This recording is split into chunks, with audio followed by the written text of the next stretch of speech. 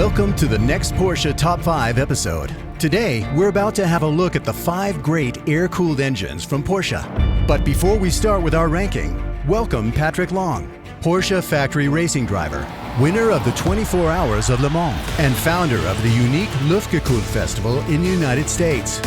Hi, I'm Patrick Long, and this is the Top 5. Today, the subject, one of my favorites, the Porsche air-cooled engine.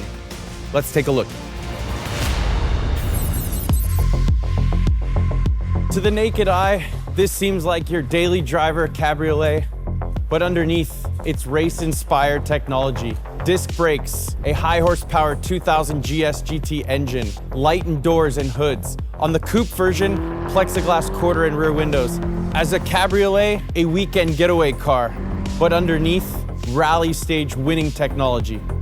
When the word Carrera is met with a Porsche product, you know it's race-inspired. At its most powerful version, 155 horsepower doesn't sound like much, but this car was taking its toll on the competition with twice the displacement that they had. The 1600 and 2-liter engines, a dual overhead cam or 4-cam engine is where the magic happened in this car. 0 to 100K in 9 seconds. In the early 60s, this was a seriously quick car. The 804 holds a huge amount of history for an American named Gurney to take this car to a Formula One victory for Porsche. Flat 8, air-cooled, double wishbone suspension, torsion bar with internal shock absorbers.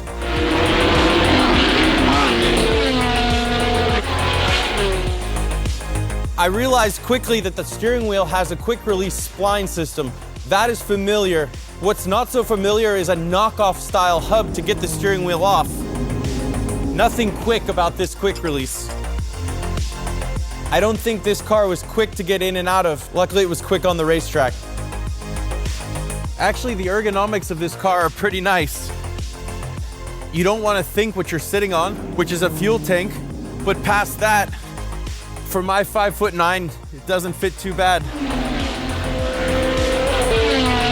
In Rouen, just outside of Normandy, Dan Gurney took this car to Porsche's sole Formula One success in a World Championship race. The day, 1962, with only 4 of these examples ever made, this is a piece of Porsche's Formula One history.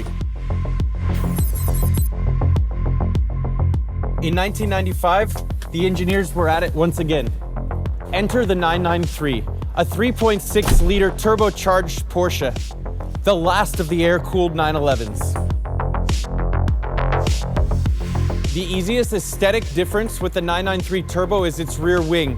Wide, sleek, and following the shape of the 911 design as it comes back over the engine lid. Eliminating lift and providing downforce was key, as a 450 horsepower engine pushed the speeds on the Autobahn to something we hadn't seen to date.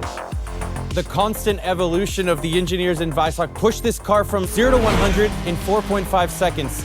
That was achieved by limiting turbo lag. All-wheel drive put the power down, and the turbos finished the job.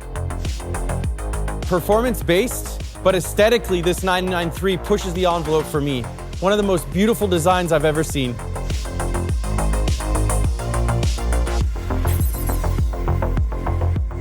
In 1968, the Porsche 908 enters the frame. On the back of lots of prototype success from PX Design, the Flat 8 leaves nothing to desire.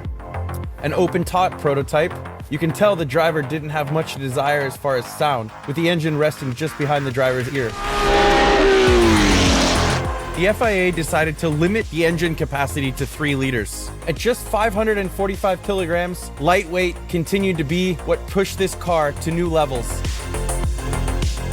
This car was put to its test where you needed agility and quick direction change. As you can see, the fan shroud is inverted, sitting just inches behind the driver's shoulders. Long hair and this car did not mix. The 9083 to me is one of the big icons in the motorsport development stages of the prototypes of Porsche's history.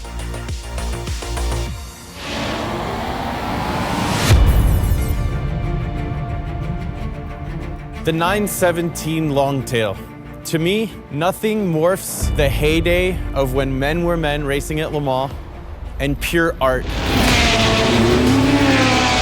With a flat 12, 600 horsepower, 4.9-liter engine, it was the fastest car at Le Mans in 1971. 386 kilometers per hour. In the early 1970s, that made the drivers in these cars pioneers. The engineers lowered the rear shape of the fender and let that line flow into a sharper and lower rear wing.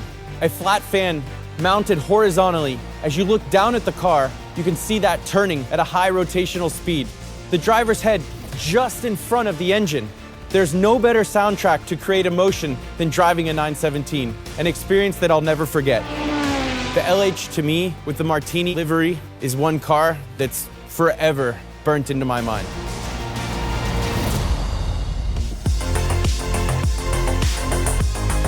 So there you have it, my top 5 Porsche air-cooled engines. 5 diverse examples, all legends in their own right. A pretty amazing collection. I'll see you next time.